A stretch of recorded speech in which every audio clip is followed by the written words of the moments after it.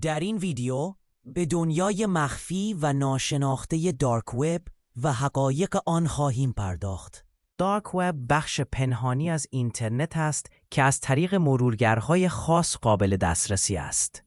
علی میگوید این بخش جایی است که فعالیت‌های قانونی و غیرقانونی در کنار هم دیده می‌شوند. یکی از جنبه‌های تاریک دارک وب بازارهای غیرقانونی هستند که کالاها و خدمات مشکوک را ارائه می‌دهند. او توضیح می‌دهد که این بازارها بخشی از مشکلاتی هستند که باعث می‌شوند افراد از ورود به دارک وب هراس داشته باشند. اما دارک وب تنها جای فعالیت‌های غیرقانونی نیست. همچنین فضایی برای گفتگو و فعالیت‌های خصوصی و ایمن است، به ویژه در کشورهایی با سانسور شدید. با این حال، علی هشدار می‌دهد که کاربران باید همیشه از خطرات آگاه باشند و احتیاط کنند.